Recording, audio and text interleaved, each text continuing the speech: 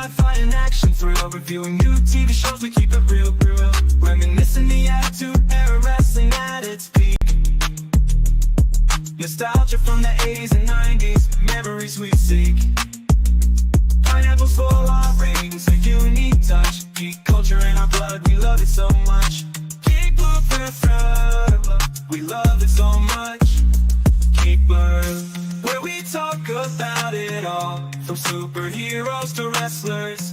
We stand tall, Ray and Kevin, the dynamic duo in sight. Geekblur, shining bright, shining bright.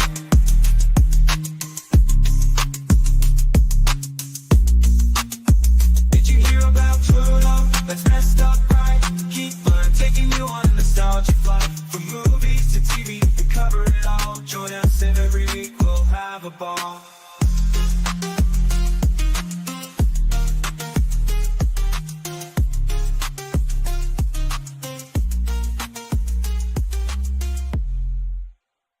Shuffle.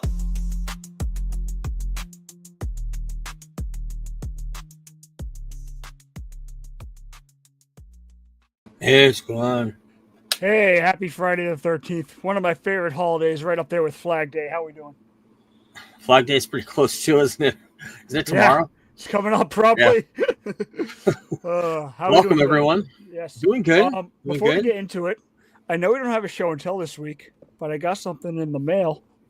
Ready? Okay. Wait for it. Oh, nice. My father told me he had a package that was not from Amazon, and I said, "What did I order now?" And apparently that was it. Nice. So I have my first figure. I got the one with him in the fortress coming sometime. I think it comes out like the week after the movie or something. Plus Okay. a terrific and a Metamorpho coming. So yeah. Nice. Got a lot to talk about this week. Fuck that. Mostly Superman. What's hot? Coffee. Sorry. Go on. Mostly Superman centric because we are less than a month away, officially, from the movie of the year. Probably, we'll see. I fucking hope so. I hope so too. I will be crushed if this movie is not good. Because holy shit, that trailer, which we'll talk about in a bit, I'm sure. Yeah, we'll talk about it at the me end. running. That's the last thing we're going to talk about today. So, Oh we'll boy. tease you. Yeah. Put the tip in. Let's go. This week on Monday, Apple announced an abysmal software update that is getting torn apart by media, by everyone who loves Apple, who liked Apple. Every critic of Apple, pretty much, it's like the Snyderverse of the electronics world. I don't know about that. Well, yeah, it's not that extreme, but starting next year, going forward, it's not going to be iOS 18, iOS 19. They're going by years. So next year's updates could be iOS 26, going through the year that next year's number, and then every iOS is going to have the same exact number from the watch to the iPad to the Mac, everything. And there were a few updates we're going to talk about. The design has been redesigned. The icons are going to look different when you see it. They're going to be more rounded. And it's going to have better cross-platform integration, which is every year it gets better and better. In other words, the iPad is becoming more and more like the Mac, and this year's no different. First, let's talk about this new liquid glass style that they have. This is what they're calling it. You have dark mode, you have light mode. Now they're having this clear mode. It's going to be it's going to be working through the tint of the background and stuff. It looks dumb. You can't even see the icons on there. That looks fucking stupid. Yeah. Can I swear in this podcast? I forgot to check before we started tonight. Can I swear? Because I might have to. We're 178 episodes in. If we can't swear, oops. But yeah, it looks dumb. A lot of people are complaining about it, but it tints to the right environment.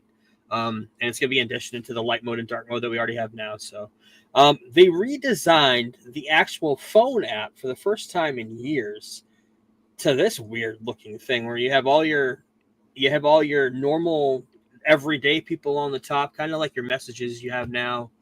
And then you have all the phone calls on the bottom like that. And it just looks weird. And it also takes, I believe it also does your text messages too. I'm not really sure on that. I can't remember, but messages background, something that's been in iOS and it's even in FaceTime. You can put backgrounds in your iMessage now. And live translation, which is kind of cool if you're in another country and you want to talk to somebody, whether it be through text message, whether it be through phone call, it does a live translation in real time to whoever you're talking to, especially with the FaceTime app. If you're talking to somebody on FaceTime, it'll show a writing of what you're saying in English, translated to whoever you're talking to on the other end, so they can read it in their language, which is kind of cool, kind of innovative. I'm sure it's not something that they've innovated through Apple. It's probably something that's been done through Android or Google, whoever. But there's going to be built-in order tracking in the Wallet app. They've already started doing this, but this time it's going to be going through all the emails that you get in your mail app. It'll track all of your orders, tell you when it's been delivered or what day it's going to be delivered. You'll get a notification your order's out for delivery, which is kind of cool. And CarPlay. For the first time ever, if you have CarPlay, you can actually watch videos in the car while it's parked. First time Apple's allowed this because of obvious reasons. Watching videos while driving is kind of dangerous, but while it's parked, CarPlay is going to open up, and you'll be able to watch YouTube or whatever videos while you're parked and watching it.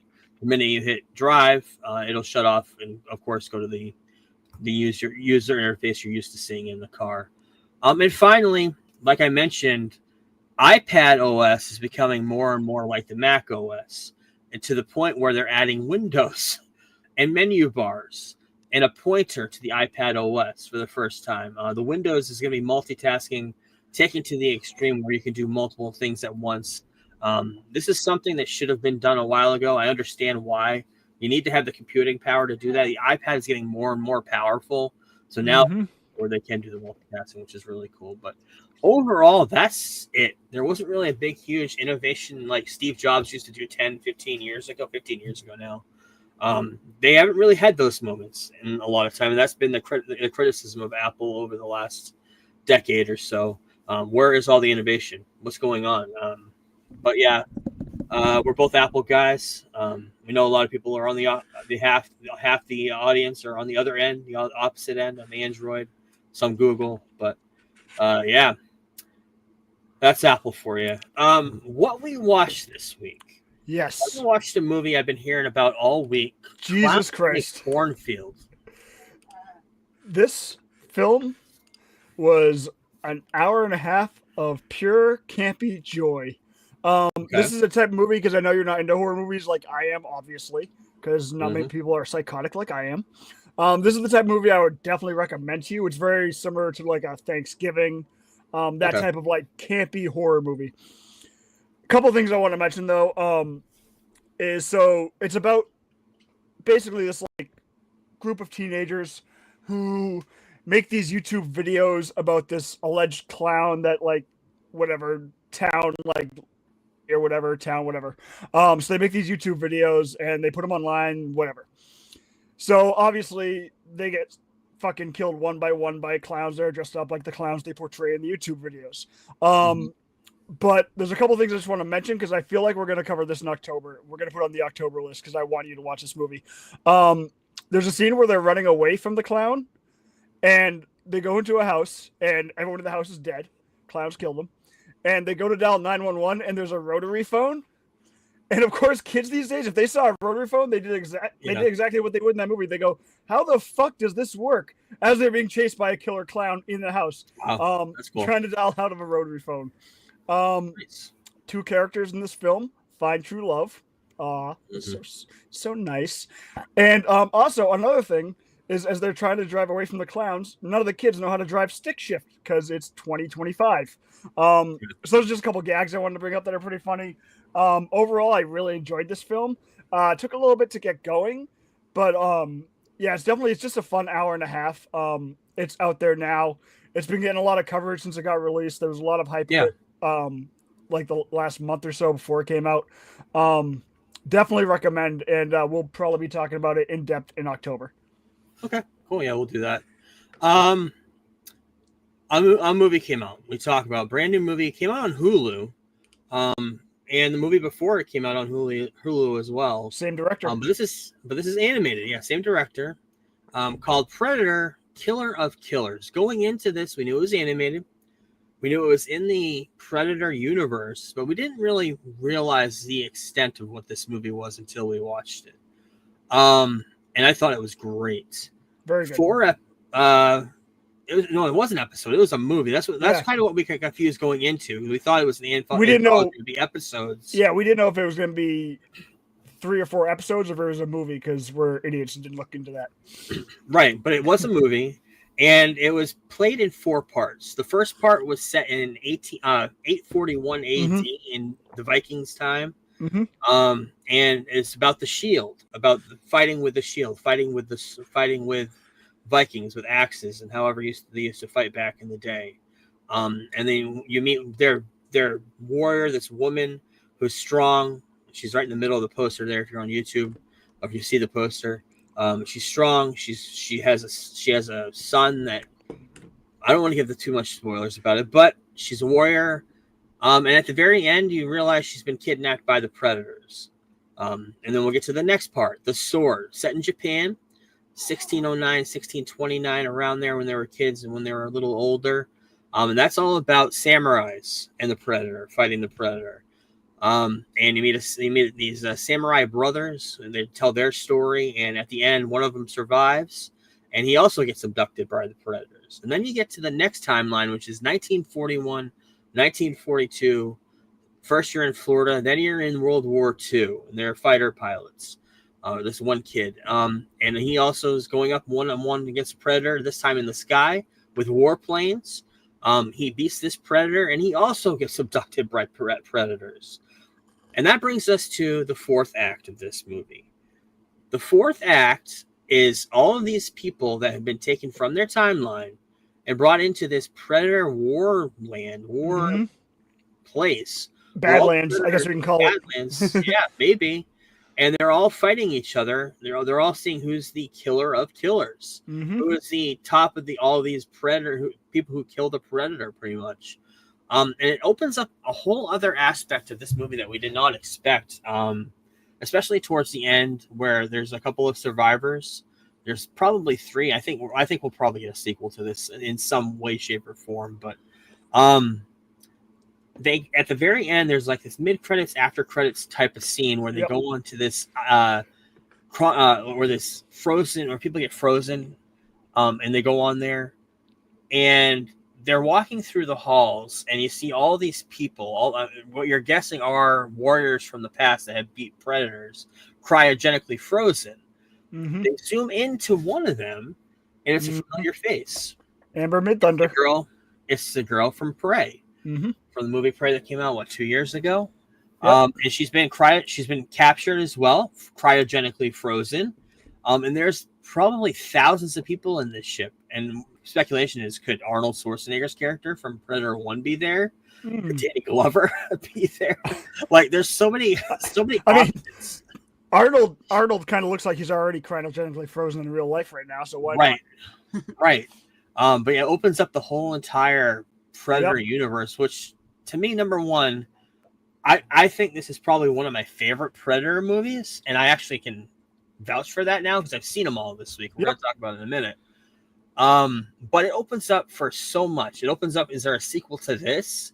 What is Badlands in October going to look like?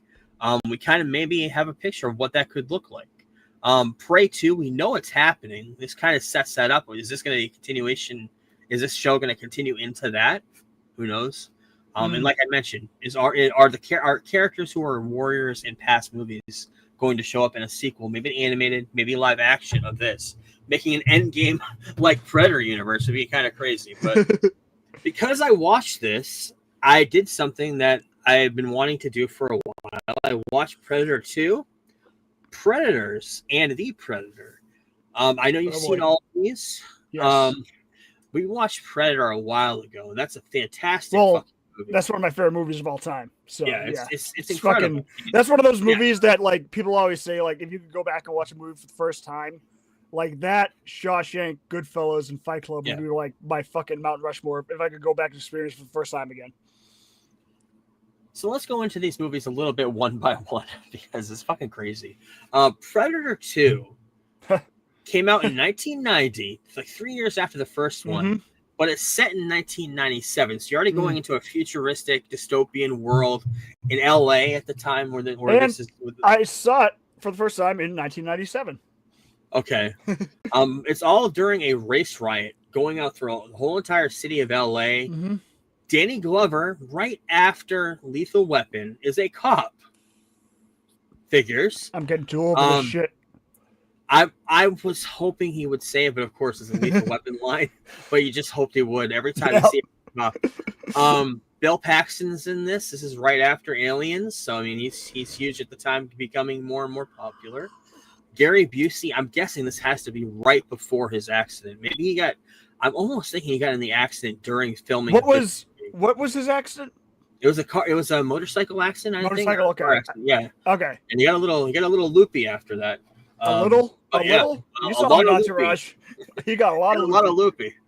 And the Predator is in the hunt during these race riots in LA, and it's just the most campy thing you could ever see. Yeah. But there are connections to this new movie and Prey. Mm-hmm. I did not expect all these connections to be involved.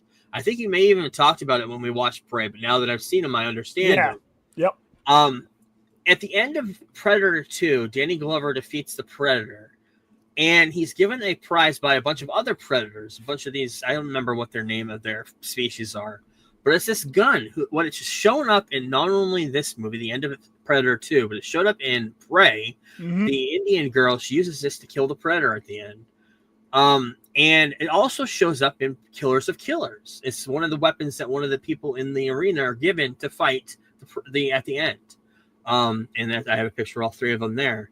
Kind of interesting that the gun is from 1915 and it's engraved with a name on there, Raphael Andolini. I don't know how to say it, but yeah, kind of interesting Easter egg. And that's not the only one. Going into Predators, this came out in 2010. I don't remember who directed this, but this is out of all of them except for the first one. This is probably the highest rated.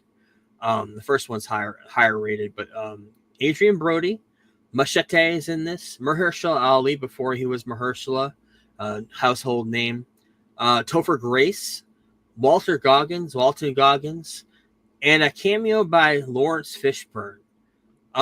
They're on a planet somewhere out in the galaxy. Who knows where they are? And they all intervene onto this planet. And they all, at the beginning of the episode, at the beginning of the movie, they're all brought down in like from the sky with parachutes, and they all land all over this planet. And they're trying to survive, and they realize they're being hunted. They're kind of like on this planet as game. And at the end, you find out there's more and more happening here. There's more predators. And they bring in this samurai sword in this movie, which also shows up in the new animated series. Yep. The character who's this triad gangster, who we're not really sure who he is in this movie, ends up getting this samurai sword that looks very much alike the one that's in Killer of Killers, the samurai uses. That was an okay movie. I liked that. That was okay. Then came The Predator. This was 2018, not too long ago, but it brought on a lot of stars of the time that just wasn't famous. This the one directed by Shane Black, who Shane Black did he write Lethal Weapon, and he was also in the first Predator movie?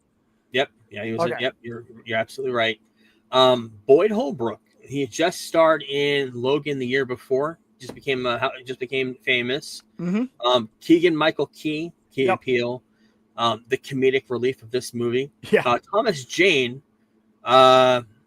surprised to see him in this, especially because his role is kind of not that big.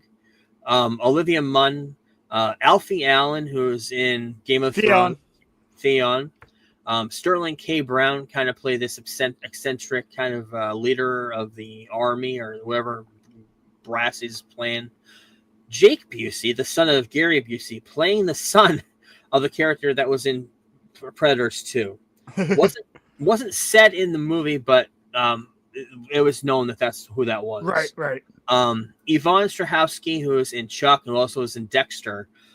She's in this as well. She plays She's Dexter's girlfriend. I think the last one, the one that's in Chuck. Oh, okay, got you, yeah. got you. But she was in this as well.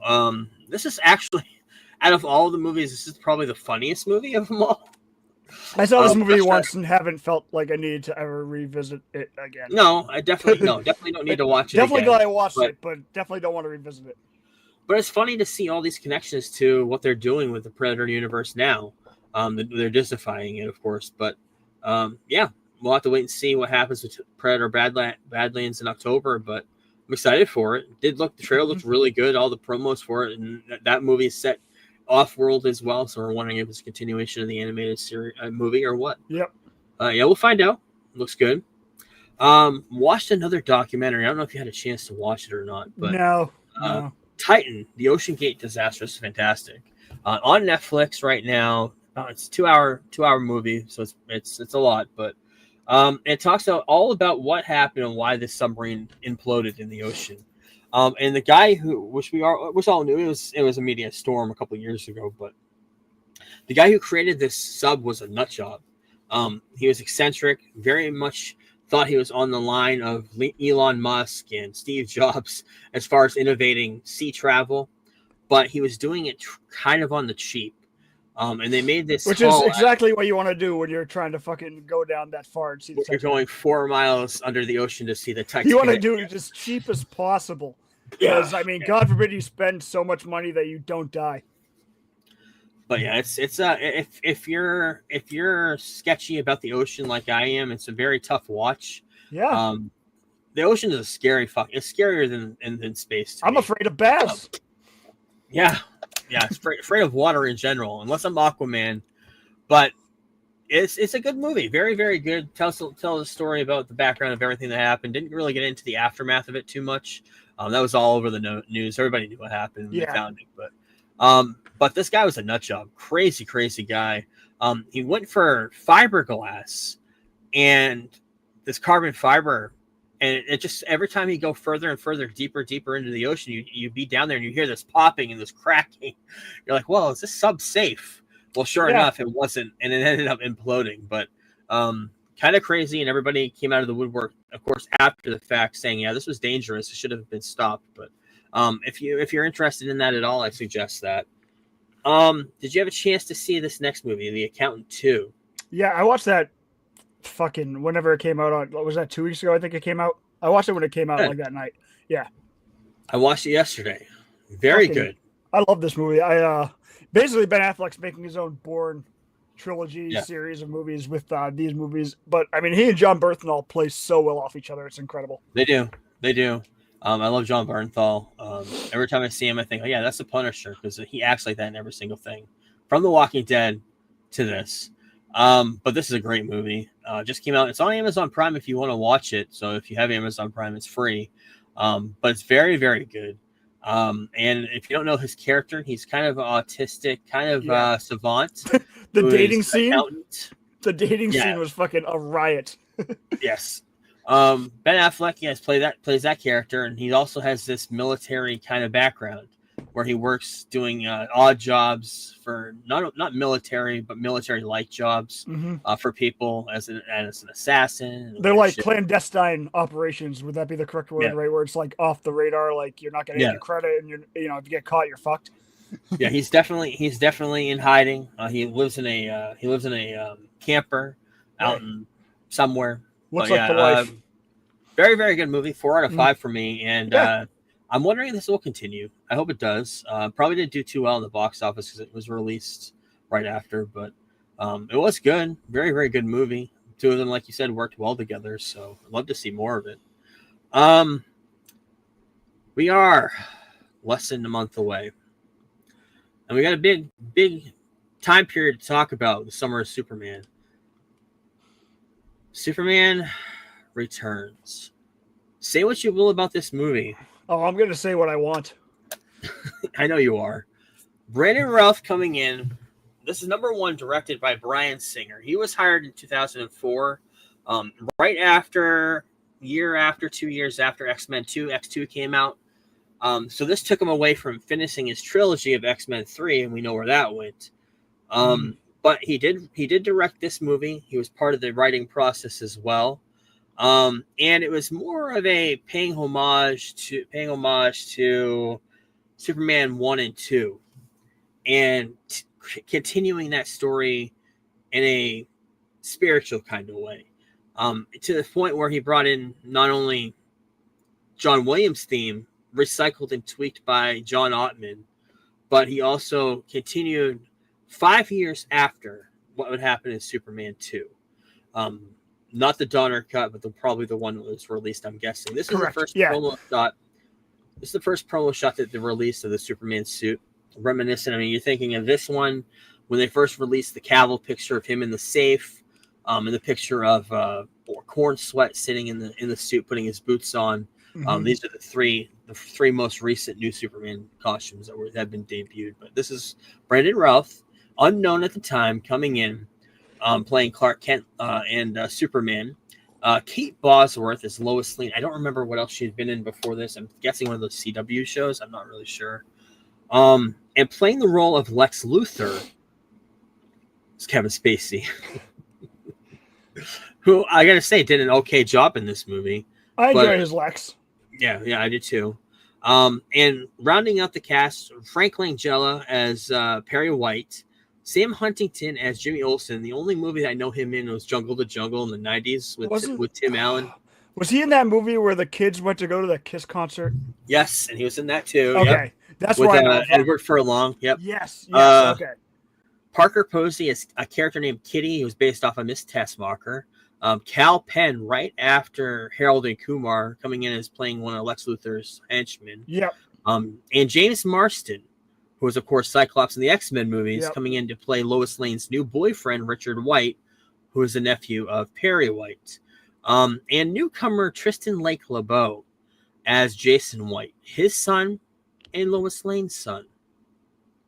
Question mark? We'll get into that in a minute. But this is him meeting Clark Kent when Clark comes back. And this is the whole entire cast when they showed up at the premiere.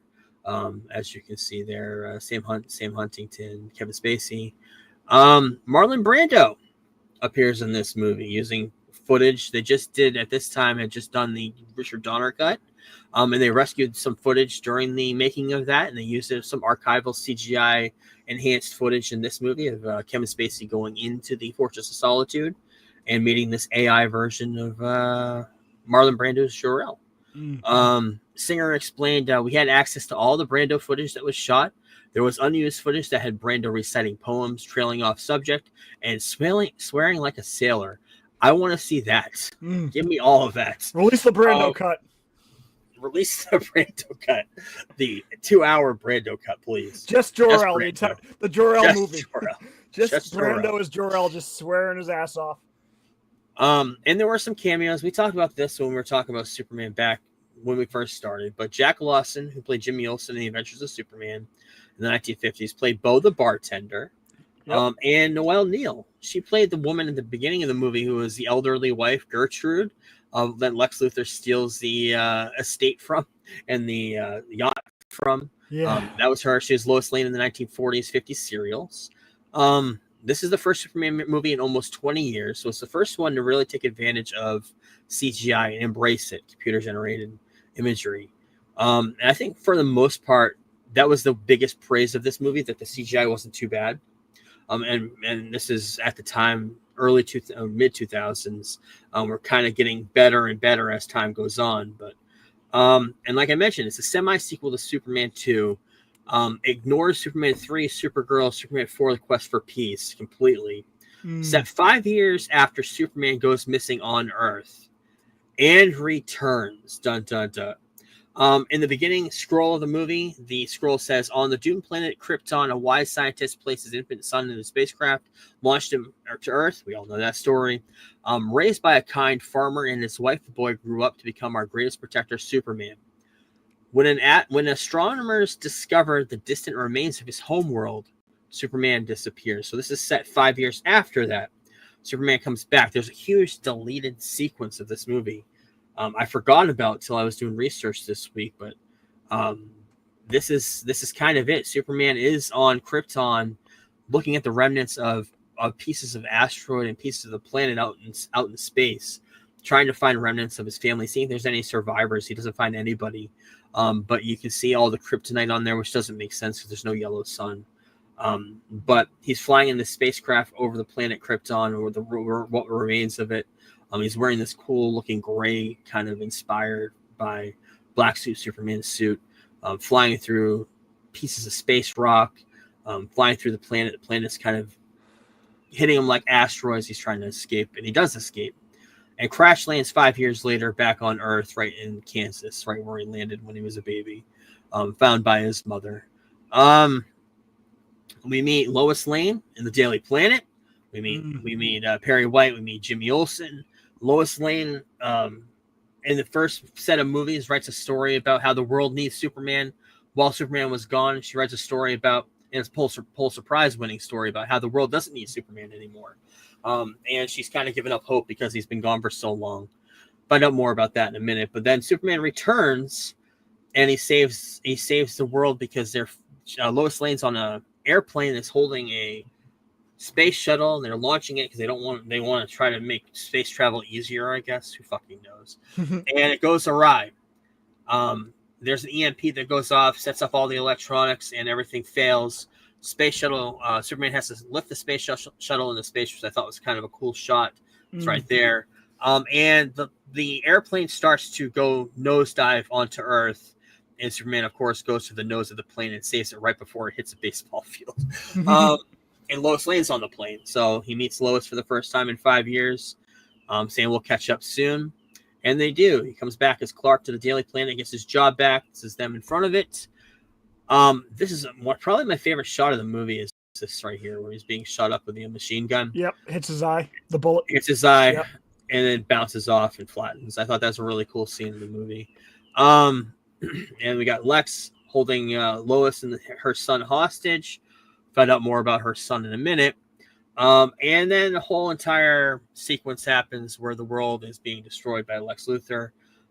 He's trying to create, of course, the first movies, he's trying to take over the world, trying to make Lex, I can't remember what he called it. Otisville was one of them. Otis isn't in this movie. But trying to make his own island, trying to make his own Kryptonite island, pretty much. He's taking this piece of the Fortress of Solitude crystal and some kryptonite and making this big, huge island and take over the Atlantic Ocean and eventually take over the whole entire United States. But the Daily Planet globe falls and Superman catches it, lands back down on the street level and puts it down on top of a cab. I thought that scene was pretty cool. Saves Lois, saves her boyfriend and the son from a sinking ship, the yacht that ends up falling. Saves them.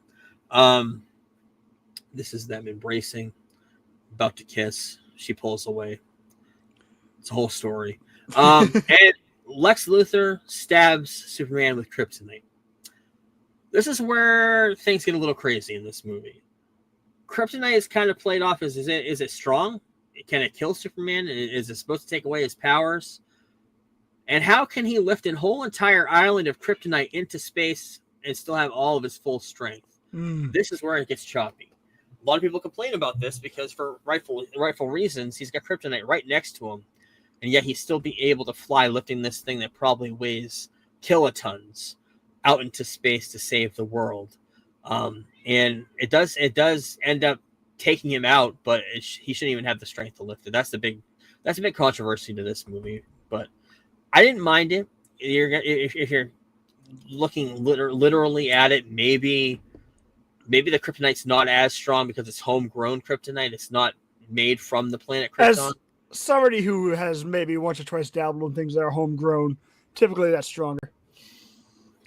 Okay, so we'll take that. Although kryptonite, who knows? Right. But yeah, I'm guessing because it's homegrown, because it's not the actual kryptonite. That is actually like a logical explanation as to why it wouldn't be as strong, because it's manufactured in a plant, basically. Yeah. The big spoiler for this movie is Lois Lane's son is Superman's son. Couldn't see that coming. He ends up throwing a piano at one of Lex Luthor's henchmen. He has asthma, but then he throws away his inhaler. Like, oh yeah, I've got superpowers now. I'm Superman. Which It's isn't he a too part young of- for that shit to come into play? Like, doesn't that usually kick Yeah, in? Like, it's I mean, usually the whole thing is like puberty yeah, is when yeah, Superman. puberty. Although, But that might have he been could lift changed a car. because of Smallville. I don't know. He could lift a car in Superman 1, and he was a baby. True. So, Yeah, you're right. You're right. Yeah. So the strength Um, might be the other stuff like the heat vision. Like, Shout out Smallville. in Go to Smallville last when week's episode. he gets a hard on and all of a sudden has heat vision. Oh, yeah, God, we got I some love heat that vision show. talk I want to later. rewatch that show. Yeah, we got some good heat vision talk later. Holy shit. Holy Um, do we? but final scene reminiscent of Christopher Reeves flying over the Earth in the end of That was Superman dope. 1 and 2. I like that. Yeah. Very cool scene. Overall, great movie. Bryan Singer convinced Warner Brothers not to experiment with test screenings in this. He removed 15 minutes of footage after showing it to some of his trusted associates, quote unquote. It was released on June 28th of 2006, the first IMAX 3D film ever released. $223 million budget, made $391 million in the box office worldwide, $200 million of that in North America. There was a sequel planned. It got canceled. It was set for 2009. When the box office returns weren't what Warner Brothers hoped, they canceled the second movie. They were hoping for around the $500 million mark, so they're off by $100 million. This has been highly protested, especially by Bryan Singer. So we made $400 million fucking dollars. What more do you want? But they wanted more. They wanted at least $500 million. They want another $100 million. Yep. And the whole thing about the planned sequel is they just wanted to reintroduce Superman with this movie. And the planned sequel was going to have was going to be way more action focused from what I've been told. Yeah. It would have featured Kryptonians coming in. Yep. It would have featured Brainiac, Bizarro as some of the main villains. New Krypton landmass floating in space would have played a huge part as a plot device, whether it be crashing on Earth or whether it be a new Krypton, who knows? Yep. But Ralph later reprised his role. I think we're going to talk about it in a couple of weeks because I did find the Crisis on Infinite Earths we're going to watch, but. Okay, cool. He reprised his role in 2019's Arrowverse crossover Crisis on Infinite Earths. He played a version of himself later on, a darker version of Superman. He kind of failed. He's fucking awesome in the Crisis stuff from what I've seen. I haven't watched the entire thing because it was like jumping between shows. Yeah. So it's tough to watch, like find them all on Netflix or whatever. But from everything I've seen, he's fantastic. Yeah, I was able to find a supercut of all 5 put together, which is awesome. Nice. It's on our Plex, but yeah, it's an okay movie, not bad. Better than 3, better than Supergirl, better than 4. My notes real quick. Yeah, yes, better than 3, 4 Supergirl, and yeah, maybe 2. Maybe 2 before the Donner cut. Okay, so the best thing this movie did for me is the reason why we ended up with the Donner cut, because that's how they got all that footage to resurface as they were looking at it for the Jor-El. Yeah. Now, my issues with this movie is it's basically 40-ish minutes before we see Superman outside when he crash lands back on Earth. I do not really like how his superhero or his super hearing is like depicted. Like, I guess it's okay, but like it's like that like muffled, like distorted. Right. Like, I wish he could just like squint and then all of a sudden like you could like hear what they were saying through his point of view. This might be the worst Lois Lane. It's definitely the worst relationship between the two. You don't have any chemistry between the two of them. Either did Amy Adams and Henry Cavill, which is a real problem because Amy Adams is a fucking fantastic actress. Yeah. She's leagues above Kate Bosworth, in my opinion, as far as being an actress. His Clark is my second favorite behind Tyler from Superman and Lois. Okay. No S on the cape. Maybe it's because I'm so infatuated with the S on the new cape that it just kind of, I don't know, it rubs me the wrong. I love the S on the back of the cape. I love the cape of the S. That wasn't the only problem I had with the cape. The cape looked rubber. It was made out of rubber in this movie. That too. And one thing I really loved about this is in the Superman Lois flying scene, this movie makes you feel the fact that Superman can hear literally every person crying for help. Which I love that shit. Like that, like just gave me like a good feeling inside. The password scene breaking into Lois's computer was fucking cringe. Cringe as fuck.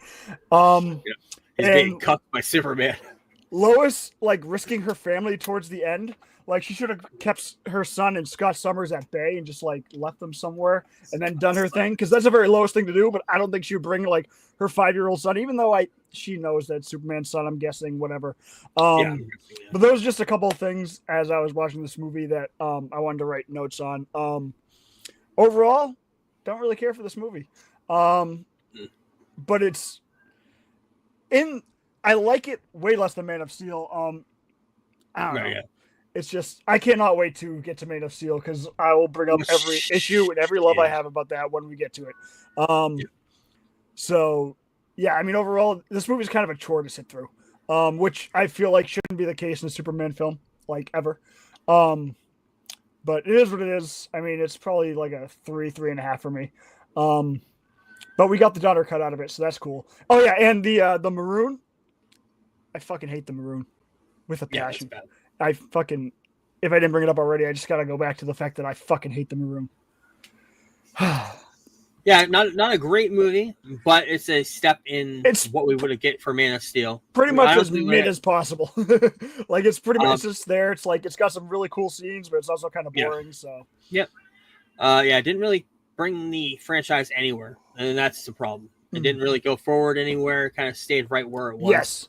And we wouldn't have, like I mentioned, we wouldn't have gotten Man of Steel without this movie, right? Because they wanted to pivot and make something totally different Mm-hmm. out of the John Williams realm, out of the Donner realm. They wanted to make something totally different, which they did with Snyder. And we'll have opinions on that next week when we talk about Man of Steel. Yes, yes, we will. So we are not only a month away from Superman, we're a month and a half away from Fantastic Four.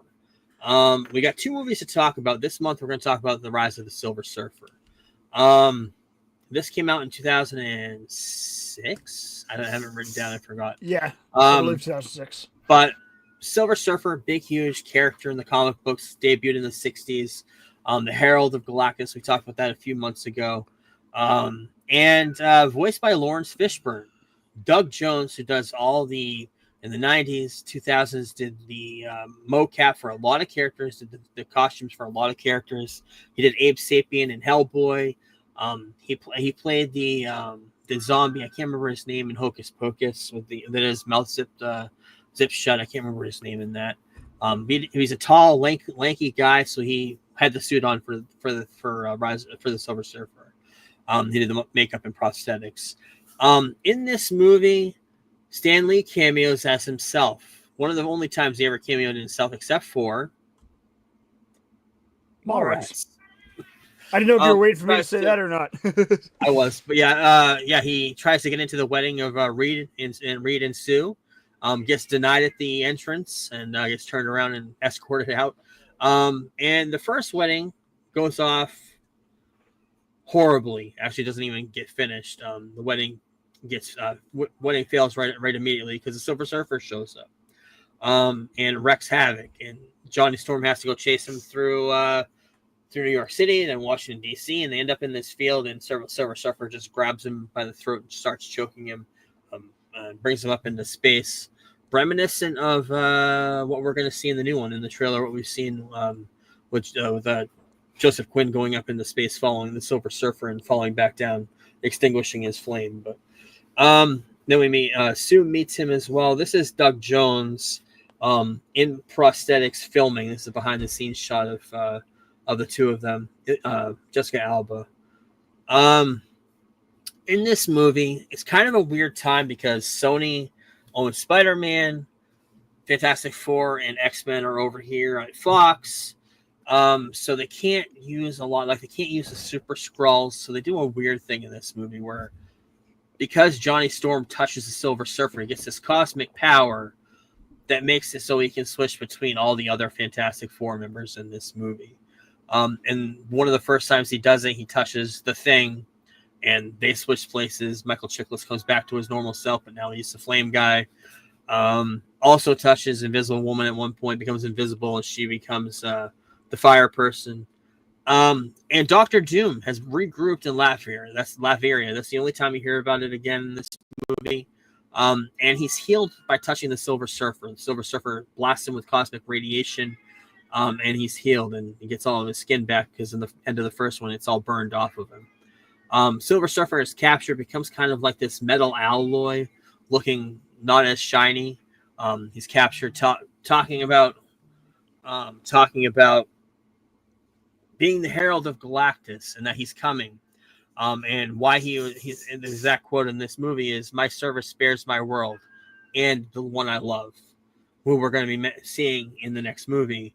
Shia LaBeouf. They didn't get into too much about that. They did say his name was Norman Rad, but besides that, they didn't get too much. And he's captured by the U.S. government, and Dr. Doom gets his powers back and steals the surfboard and becomes kind of a Dr. Doom / Silver Surfer hybrid character. Very, very weird. That's not even the weirdest thing about this movie. We do see the Fantastic Car. They bring that into this movie. Reed Richards develops that. And then we get the Super Skrull. Johnny touches all the members of the Fantastic Four, gets all of their powers all at once, and this is the only way they can get away with having a Super Skrull power at the time in Fox. It was owned by Marvel. Weird shit at the time. And that's what we get right there. Fighting Dr. Doom at the end. But the biggest problem about this movie, which is being talked about 20 years later, is Galactus. That's what we see of Galactus in this movie, and that's it. We see a shadow going over Saturn. We see this weird cloud that looks like a sandworm, looks like a uncircumcised dick, going over Earth with supposedly Galactus in the middle of it, and that's the fire shadow of him in the middle of this cloud that you see at the end of this movie. Very, very strange. Still criticized to this day, to the point where everybody's hoping and was hoping that Galactus would be retconned, and he was. We know that for sure going into this new movie this year, but definitely left a lot of bad taste in people's mouth 20 years ago when this movie came out.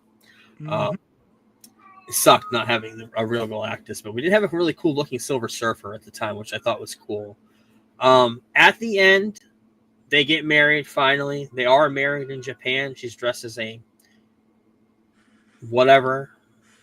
And there's an after credits scene. Silver Surfer defeats Galactus, explodes inside of him with cosmic powers, I guess. I don't really know.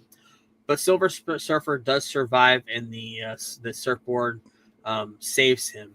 Setting up, I think, what they were hoping was going to be a spin-off of this, or maybe a solo movie. I know that had been in development for a while up until Disney bought Fox, but yeah, this was a movie. Not that good, not that great. I think the best part was Silver Surfer, like I mentioned. At the time, CGI in middle 2000s was pretty decent for the time. And I think the CGI in this looks better than what I've seen so far in the trailers for the new Fantastic Four. I think it's weird that I think the Silver Surfer looks way better in this movie. Yeah. So we'll see. The issue now is the fact that CGI workers, because it's literally in every movie, are just so overworked at this point. So we'll see how that looks when it comes out. Hopefully I'll be able to catch it in theaters. I assume I will. I'll probably see that Friday. But we'll go Friday for sure. Yeah. So yeah, Fantastic Four. Next month we'll talk about Fantastic Four Stick, the fourth movie in a brand new team brought in about a decade ago, a little less than a decade ago. Miles Teller, Michael B. Jordan, right there. You got two huge name people in the cast. That movie is such an anomaly to me because it should have been really good. It should have been, yeah. And I think when I watched it, about the halfway point of that movie, it turned into something ridiculous. Yes. And I actually liked it about halfway through. I was like, what the fuck is going on? I really enjoyed the beginning. I really enjoyed the first act of the movie.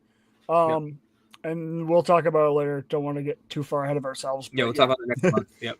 Well, that being said, let's get into the news.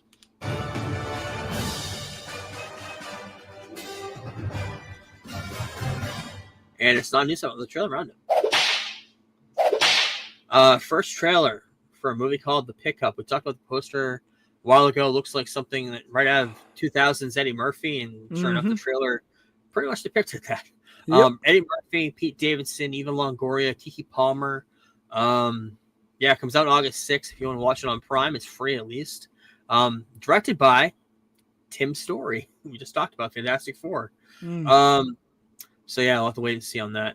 But the biggest reveal of this week, which I'm going to talk poetically about for the next 5 minutes, Spaceballs. I watched Spaceballs before Star Wars. So that was my first love. There was a scrawl that showed up on the Spaceballs Josh Gad's page. Josh Gad's writing this, starring in this. 38 years ago, there was only one Star Wars trilogy, but since then, there have been a prequel trilogy, a sequel trilogy, a sequel to the prequel, prequel to the sequel, countless TV spin-offs, a movie spin-off of the TV spin-off, which is both a prequel and a sequel. Not to mention, then they listed Dune, they listed Harry Potter's, everything else has come out since then in 38 years. But in the end, 38 years later, there's only been one Spaceballs, ... until now. Officially announcing Spaceballs 2, Mel Brooks comes on with a sweatshirt that says Spaceballs, a sweatshirt, announcing that the movie's happening. Coming out in 2027, The Swartz Awakens. Not the official title, but interesting. Biggest problem I have with this movie is John Candy, of course, not coming back. My favorite part of the original movie. Not sure if Josh Gad's going to play his son.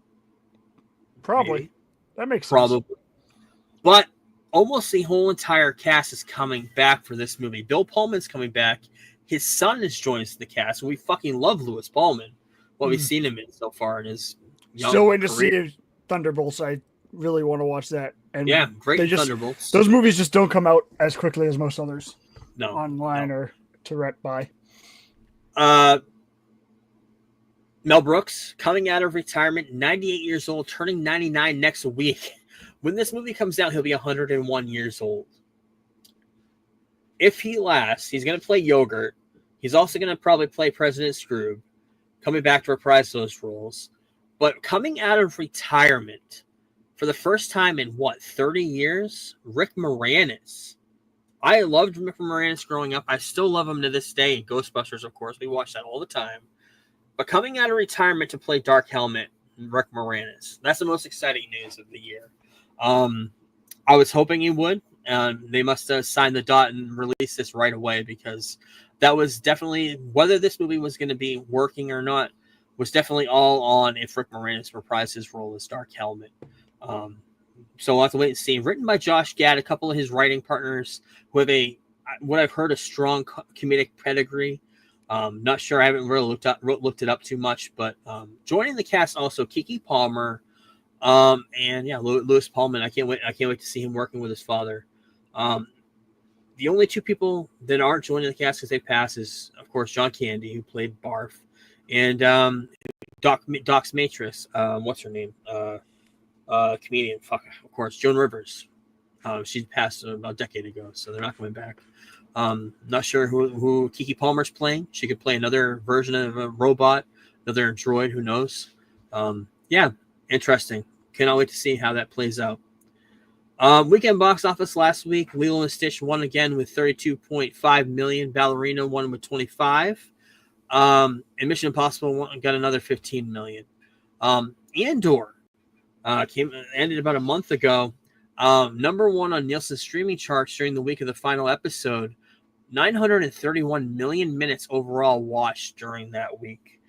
Not sure about how many homes that is. 931 million. I don't know what that translation to how many people actually watched it, but it seems like a pretty big number for 1 week of watching. I don't know. Great ending to the show. Rest in peace to Brian Wilson. I just talked about him, a year ago when the Beach Boys documentary came out on Disney Plus. Innovator of music, mostly was going to be known for recording music, of course, and also known for being very, very shy, very much his mental issues as far as being in performing in public. I think it was early 70s. He stopped performing with the Beach Boys, and they had a performing act that would go out and perform his songs that he wrote and recorded. So rest in peace to him. Rest in peace to Harris Yulin. Don't know the name, but you definitely know the character if you love Ghostbusters. Ghostbusters 2, he played the judge in Ghostbusters 2, the Scolari brothers. He passed away this week. He's been in a ton of shit too, not just this. He was in what's the other movie, the big movie Scarface. He gets killed by Tony Montana in that. But yeah, he's a character actor. You see him in a ton of shit since then. Yeah, rest in peace to him. Warner Brothers Discovery. They plan to divide the company into 2 publicly traded entities. I remember we talked about it a couple weeks ago where one of the stock people saying this is a bad idea to do this. Well, they decided they're going to do it. They're going to be splitting it into 2 companies. Warner Brothers, kind of global, all the TV networks, which is the Discovery part, which they just merged with, and all of the Warner Brothers streaming and studio stuff going on the other side. Warner Brothers, DC, the game section, HBO Max, New Line Cinema, all that stuff's going to be all in one. And the other stuff's going to be Discovery, TLC, TNT, TBS, all the networks. So yeah, interesting. They'll probably, I think they're saying 2026 it'll all be finalized. So, yeah, interesting. They also do want to do this Discovery Plus app. They want that to be more standalone. So it's probably all of that stuff that's been on HBO Max will be taken off eventually and gone over to their own app again. Which I did like when I first came out. It was my favorite app at the time, Discovery Plus. Had a lot of stuff on there, but this week Disney finalized the ownership of Hulu. NBC Universal had owned I think less than a quarter of it up until this week, and they finally bought them out with a $439 million payment to own the whole entire thing. So yeah. In Grammys, next year's categories for the Grammys, they're going to be adding a new category, Best Album Cover for the first time. So if you have an album cover, you'll be able to do that. New movie coming out. We've got new posters. July 2nd, Heads of State with John Cena and Idris Elba. Brand new character posters. Look great. Got a new poster for I Know What You Did Last Summer, the remake coming out July 18th next month. Looks just like the poster that came out 20 years ago. Just a remake of that poster. I'm going to watch those movies. Got new character posters for Wednesday. Coming out just in like a month and a half, I think. I don't remember when that comes out. Joining this movie with Jonathan Majors called True Threat. It's an action thriller. WWE superstar, I don't know if I have a picture here. I do. Jade Cargill. Weird casting choice. Haven't seen much of her besides she's a good wrestler. But yeah, interesting. Kate Segal, Michael Trucco, Kate Sackhoff, who else is on here? Heather Graham, all joining the cast of this Carrie TV series happening on Amazon. Some familiar faces there, not familiar names, that's why I didn't mention them, but yeah. Hulu acquires Gaten Matarazzo, who's in Stranger Things, and Sean Gillibrand, who's in The Goldbergs. They're in this drug trip comedy movie that's going to be on Hulu. It was just announced this week, the 2 of them. So, Snoop Dogg having a biopic. This is the kid who's playing Jonathan Davis. Yeah, this was announced this week as well. Casting for this. I don't know how to say his name. He played Manta in Aquaman. Yahya Abdul-Mateen. Yeah, he's also in Wonder Man. He's gonna be in David Fincher's Once Upon a Time in Hollywood spin-off movie. Nice. He's a good actor. I like him a lot. He's awesome. I like him a lot. He is awesome in the Watchmen TV show. Yeah, I heard that. We're gonna watch that in September. Yep. Robert Eggers writing his next movie, A Christmas Carol. And he's writing it for Willem Dafoe to star. Perfect casting. Absolutely perfect. Yep, perfect. Netflix is developing a pro wrestling drama. They're already doing that behind the scenes wrestling in the writer's room. This is a whole written, scripted series called Tuesday Night Titans, about this group of people, a writer, and this jobber like indie character wrestler who ends up going and working for a big wrestling company, and telling their story of writing, and this kid trying to become a big wrestler for this company. Sounds like a lot of drugs, a lot of alcohol, a lot of ruthless colleagues. And, it'll be interesting to see how this plays out. Kind of weird how WWE is going right into the kayfabe thing of everything now. Like we mentioned, it's all because of what happened with the podcast universe right now in wrestling. But Brand new docuseries, I believe it came out today, called Secrets of the Buddy Ranch, talking about everything that happened with the Moonlight Buddy Ranch with Cat House. Big, huge show, 2005, about 20 years ago. 6-part docuseries. A&E, 2 parts airs yesterday. So it's just should be on like iTunes or wherever now. But yeah, 6 episodes total. The next 4 weeks, next 3 weeks, 2 episodes a week. But maybe interested to watch that. And Reacher season 4 announced to be with a Subway picture, the script on there. And then the next day, what's his name? Alan Richardson holding a book that is based off Gone Tomorrow, which I know nothing about other than it's based in New York City. Yep. I'm guessing. So, yeah, cannot wait for that. Got a brand new casting of everybody joining in the cast of Harry Potter. You're not going to know any of these people, so I'm not going to name them, but they did get the Weasleys, the Malfoys, the Dursleys, Cornelius Fudge, who's the leader of the Ministry of Magic. So a lot of characters shaping form to this series. And cannot wait. Excited for this. Something happened with video games. I think it was Xbox had a thing this week. They announced some new ones. The big one was Deadpool VR. Whole VR experience of Deadpool voiced by Neil Patrick Harris. Other than that, don't know much more about it. Looked good though. Also announced a Invincible game, fighting game, looked pretty good. Reminiscent of Mortal Kombat type style. Xbox also announced their very first portable system. Xbox Ally X. Looks dumb, but one comes with 16 gigabyte memory, one comes with 24 gigabyte memory, 1 terabyte storage.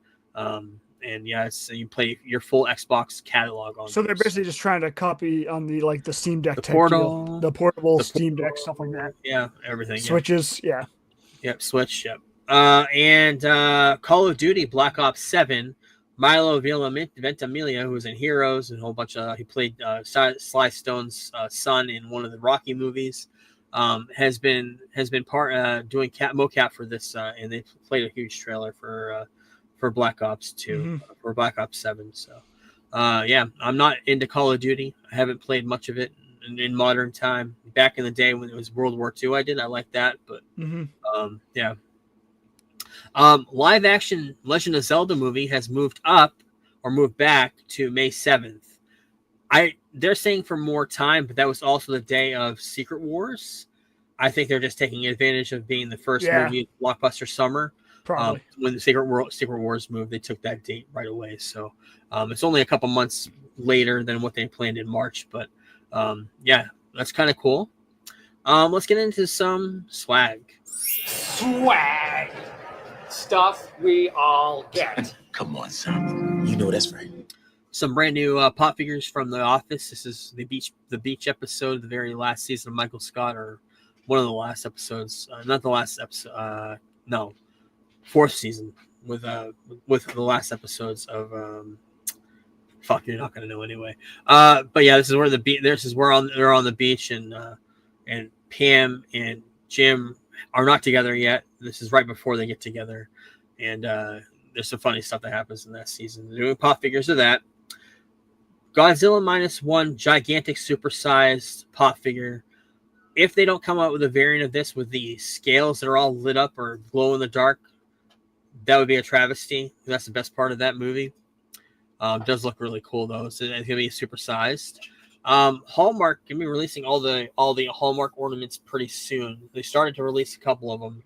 This is an animatronic Kermit the Frog doing Rainbow Connection musical ornament. His mouth moves. Song plays in the background. Available on July 12th for $55.99. These are getting more and more intricate and detailed. I like it. I like Hallmark ornaments. Very, very slippery slope with once you get into those. So very addicting. I think I have like 25 of them on my tree. Yeah. But Mondo. I talked about it a couple months ago. There's Spider-Man figure. There's a Venom figure. Well, now there's a Carnage Mondo figure. It looks really, really cool. Right out of the animated series from the 90s. With, of course, Cletus Cassidy, the mask coming off of him as Carnage. Looks really, really cool. I'd like to add that to my collection, but I probably have to pay double for it because I'm sure it's out of stock. Ryan Coogler talking about, I'm not sure what he's talking about currently, but did confirm that he is writing a part for Denzel Washington in Black Panther 3, which has not been officially confirmed, but we know it's happening. So he is writing it currently. So yeah, it's probably gonna be his next movie. Chris Evans said he's sad to be not returning for Avengers Doomsday. I'm guessing he is full of shit because he's probably coming back either for this or Secret Wars. Coming back from one of them. If Robert Downey's coming back, there's no way they're not bringing him back. But yeah, we'll have to wait. In 2 weeks, Ironheart comes out. Probably mid excitement for that, not here or there. Probably even less for you. But yeah, comes out on Disney Plus on June 24th. We'll talk about it, or I'll talk about it then. The finalist to play Clayface in this Clayface movie that's being cast currently. George McKay, Tom Blythe, Jack O'Connell, and Leo Woodall. Jack O'Connell was in Sinners. He was incredible in Sinners. He's my choice out of those four. He's my choice as well. Or George McKay, he was in 1917, I believe. He's also very good. Yeah, I hear that too. And the other guy played Cornelius in what's his name? Hunger Games, right? Hunger Games, yeah. So yeah, interesting. We'll have to wait and see. Like you mentioned, I think Jack O'Connell should definitely do something like that. Yeah. Brand new picture of Frank Grillo, who's playing Rick Flag Sr. Brand new behind the scenes of him and James Gunn. DC Studios will have a Hall H panel at San Diego Comic-Con, but they'll be focused on Peacemaker more than anything else. A couple weeks out from Superman. Not expecting any Supergirl news. Maybe something. Maybe they'll keep that tight, but who knows? This always happens when Marvel or DC skip out. The other one skips out for some reason. I don't know why. This has happened in the past too. Last year, DC skipped out completely, but Marvel was there. But this has happened before where one of them skips out and they both kind of backtrail. Yeah, I mean, last year is kind of where Marvel's at. Marvel doesn't have anything to like promote. Right. DC has literally just Peacemaker to promote. Lanterns and Supergirl are way too far away, so it wouldn't make sense really to do much with them. Say New York Comic Con, maybe. Peacemaker comes out like 3.5 weeks after the Comic Con, so it makes sense that they're going to be basing it off Peacemaker. Got some new in-universe newspaper articles and letters from the editor of Daily Planet from Superman. Some viral stuff going on with this movie. Looked really, really cool. An article written by Clark Kent talking about the makings of a newest superhero. And we are 1 month away. This came out on the 11th. Brand new poster with Corn Sweat as Superman. And let's get into some big Superman stuff. First of all, popcorn buckets galore. Crypto popcorn bucket. There's all the sides of it, what it's going to look like. Got some.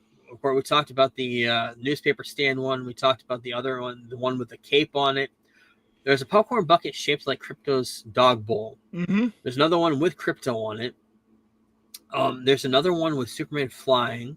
There's a couple ones. There's this one as well. I like the one on the left there with the Fortress of Solitude.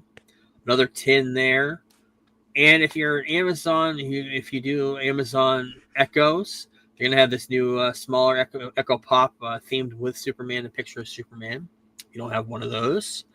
And speculation on where this all could go in the DCU. And casting speculation for this guy, Tramell Tillman, who was in Severance, who is in Mission Impossible Final Reckoning, to play the Martian Manhunter in the DCU. He is great in Severance. Very, very good. And I cannot wait to see what else he does in his career, especially season 3 of that show. But Miracle, Mr. Miracle. You probably have done more research on this week than I have. But it's a new animated series. I just put in my order for the Tom King comic book. It should be coming from Amazon tomorrow. I'm looking forward to it. I heard it's fucking fantastic. Yep. Tom King's weird because he gets a lot of hate on the internet. I think a lot of that has to do with the fact we do have to do that deep dive into Tom King sometime. But the whole CIA thing and like killing millions of he was in the room that planned the Iraqi war after 9/11. Wow. So I think a lot of people don't like him because of that. Apparently, he ruined Wonder Woman. He just started the Wonder Woman run, and people seemingly hated that. But everything I've read from him, from Supergirl, Woman of Tomorrow, the new Black Canary run he had, which was 6 issues, which was great. I feel like his shorter runs, 6, 8, maybe 12 issues, are like really good. But after that, I think he just everything I've read from him, I like a lot. Looking This forward is to highly the praised. run. What's that? Yep. I said this is highly praised. Yeah. Pulitzer I can't Prize wait. winning, I think, for Mr. Miracle. Never heard of him until this week, so I can't wait to get your opinion on that one. Yeah. Entertainment Weekly had a huge spread on Superman. The floodgates have opened. Superman is here.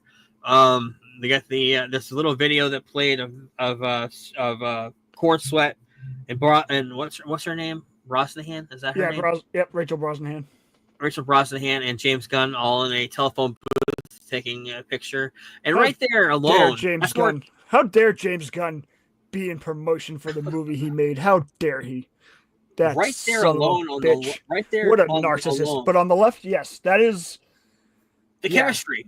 That's the chemistry is yeah. Somebody put online a picture. Somebody put online a picture of like the first promo shot of Henry and Amy Adams, and I saw Henry that. looks constipated, and in the other one, I was just like, and the other one was a picture of them too. I'm like, well, in one of these, they look like they're in love. It's true. The chemistry looks like it's off the charts. Which gets me all warm and fuzzy. Yeah, I cannot wait. What's going on here? There's some pictures that were in the magazine, some shots. The black and white one's really cool. I know they color. I like that. In article, James Gunn talked about a lot of things. Some of the things taking note in the media. Batman 2. What's happening with that? He says what Matt Reeves is doing is really important. Despite all stories to the contrary, we're supposed to see that script shortly, and he can't wait. Okay, we'll see on that. New Wonder Woman movie officially in the works at DC Studios, saying we're working on Wonder Woman. Wonder Woman is being written right now. First time they talked about that, other than separate from the animated show, Paradise Lost. Yep. There's going to be Themyscira. Yeah, Satric. But yeah, it's a whole different story. He's talking about actual Wonder Woman live action. Confirmed Superman has been active for 3 years at the time of this movie picks up. Talks about metahumans have been around for centuries in this version of the DCU, in this universe. So it'd be like he mentioned it'd be like mentioning seeing Paul McCartney walking around the street, kind of like these superheroes are celebrities in this time. Talked about his time at Marvel and how he felt forced to put Thor in Guardians of the Galaxies. Also, talked about Adam Warlock being forced to put into the third movie. Kind of the restraints of being part of that whole entire conglomerate of Disney. And says Superman will have a post-credit scene. He has a philosophy about post-credit scenes. It's somewhere related to my own mistakes in Marvel. It's taking all those mistakes we just talked about. He doesn't want to have too many, but he's going to have one at least setting up something in the future. Also says I talked about that. And he's already working on a form of a Superman sequel. What I'm working on is in some way, yes. It is. Is it a straight up Superman sequel? I would not say not. I would not say necessarily. Speculation. World's Finest. Superman. My whole thing about this is I think that would be the right move to go is do a World's Finest before Brave and the Bold. Because we have the Matt Reeves stuff going on, I think it would make more sense to maybe introduce the DCU Batman and possibly Clayface and then do a World's Finest movie in like 2027, 2028, and then do Brave and the Bold whenever you can. I think that would be the best route to go. Especially if you have the two Batman series, I think it would just be a little bit too much for the general audience. Yep. I got some new pictures that came out in that magazine as well. Some new shots of the cast. And a whole bunch of stuff happened this week. Number one, I got 2 sets of tickets. One we're not going to be able to go to. I'm keeping them in case we are. I can get rid of them the night of, but I got Tuesday night premiere if we want to see it. I got Thursday premiere. We're definitely going to see, but tickets went on sale this week for Superman. Prime, Fandango had their own thing for Tuesday premiere. You'd only get the tickets on Fandango. That was weird. Got them. But the regular on sale tickets happened on Wednesday. Got those as well. Got decent seats.